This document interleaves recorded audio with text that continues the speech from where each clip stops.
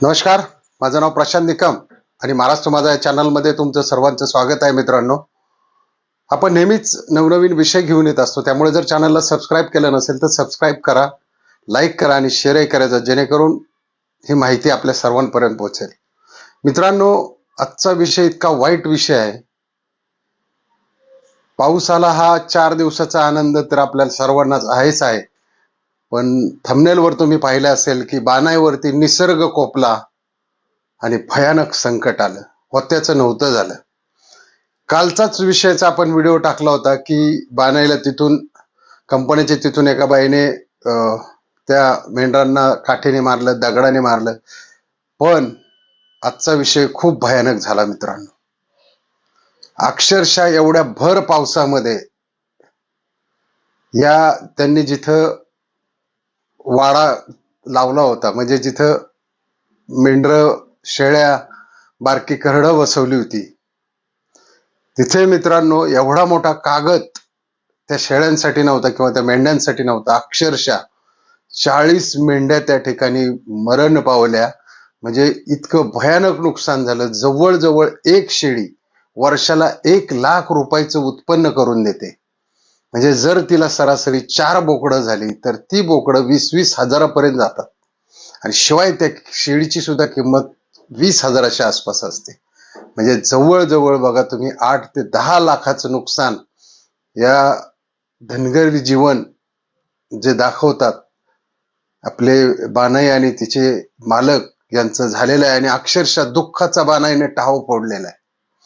मित्रांनो, एवढे काबाड कष्ट करून आज कोकणाच्या साईडला जात असताना 20 वर्षामध्ये कधी एवढा पाऊस झाला नव्हता. एवढा पाऊस झाला की बिचारी ती सगळ्या शेळ्या मेंढर पूर्ण गारटली. आणि आता ते एवढ्या कोकणच्या टप्प्यावरती आहेत की तिथं अजून रेड अलर्ट आहे आणि आणखी काय होईल सांगता येत नाही.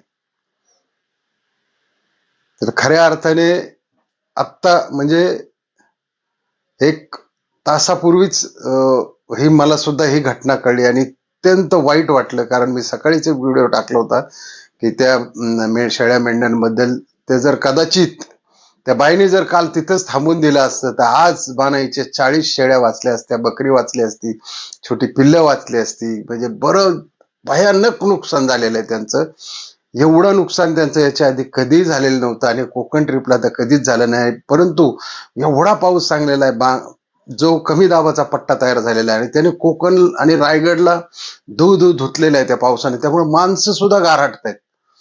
त्या शेळ्या मेंढ्यांचा काय जीव आहे, दिवस रात्र गारठत आहेत. कसलाही आडोसा नाही, कसलाही बसायला हे नाही. आणि त्यांचा विचारही चालला होता की कागद टाकायचा, पण एवढ्या शेळ्या मेंढ्यांना कागद पुरेल असा किंवा तो राहील असा कागद त्यांच्याकडे सुद्धा अवेलेबल नव्हता. त्याच्यामुळं आज ही खूप मोठी किंमत ही यांच्या नशिबाला भोगण्याची आलेली आहे.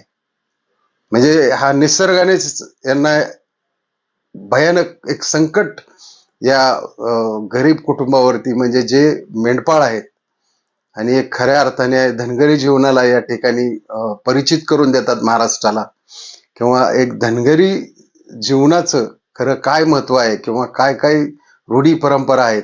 परंतु आज त्यांच्या वाट्याला मित्रांनो अत्यंत वाईट म्हणजे वाईट दुःख आलं. अक्षरशः डोळ्यात अश्रू अनावर झाले.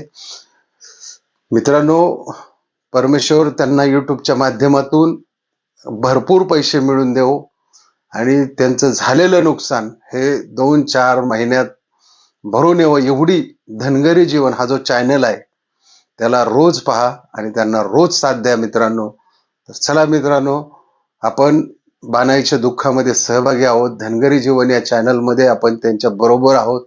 आपण सर्व मिळून त्यांना साथ देऊया आणि सर्वजण मिळून आपण त्यांचा चॅनल बघूया. तरी होता येईल एवढा हा व्हिडिओ माझा शेअर करा, म्हणजे त्यांच्या चॅनलला लोक साथ देतील आणि त्यांचं झालेलं नुकसान किमान आपल्या सोशल मीडियाच्या माध्यमातून बरेच निघेल. एवढीच माझी विनंती आहे तुम्हाला. जय हिंद, जय महाराष्ट्र.